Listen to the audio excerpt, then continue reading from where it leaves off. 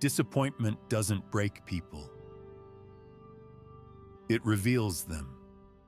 Some people grow quieter and wiser because of it. Others grow bitter and closed. The difference isn't strength or weakness. It's how the disappointment is handled once the moment passes. Disappointment is part of being human. Anyone who hopes, tries, or cares deeply will eventually face it. Sometimes it comes after effort, sometimes after patience, sometimes after doing everything right and still watching things fall apart. Emotionally strong people don't experience less disappointment than others. They experience it differently. They don't rush to escape the feeling. They don't mask it with forced positivity or pretend it doesn't hurt. They allow themselves to feel the weight of it. Not because they enjoy pain, but because they understand that avoiding emotions only gives them more power later. They give themselves permission to feel disappointed without judging themselves for it. They understand that emotional honesty is not weakness, it's maturity.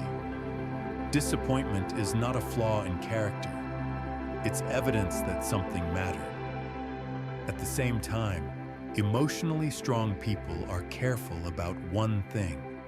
They don't let disappointment turn into an identity. A message not replied to doesn't become, "I'm not valued." A job that didn't come through doesn't become, "I'm not capable." A relationship that quietly ended doesn't become, "I'm unlovable."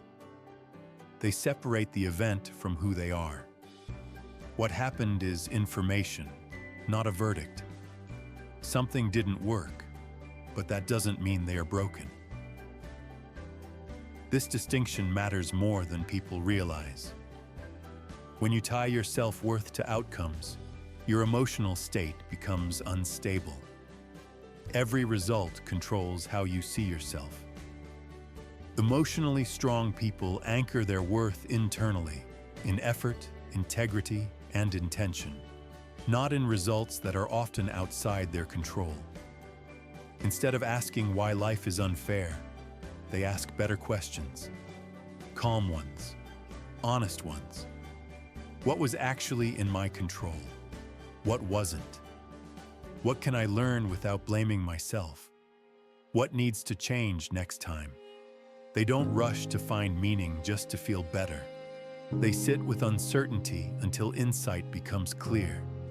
Because rushed explanations often lead to repeated mistakes. Another difference is how they respond. Emotionally strong people feel deeply, but they respond slowly. They don't send messages driven by frustration. They don't make permanent decisions in temporary emotional states. They understand that intensity fades, but consequences don't. So they pause. They give themselves space between emotion and action. They let the nervous system settle. They choose clarity over reaction. Because they know that how you respond to disappointment often matters more than the disappointment itself. Over time, repeated disappointment can change people. It can harden them, make them cynical, convince them that closing their heart is safer than risking pain again. Emotionally strong people resist this shift. They protect themselves without shutting down. They remain open, but wiser. They don't stop trusting. They trust more carefully. They don't stop trying. They try with stronger boundaries.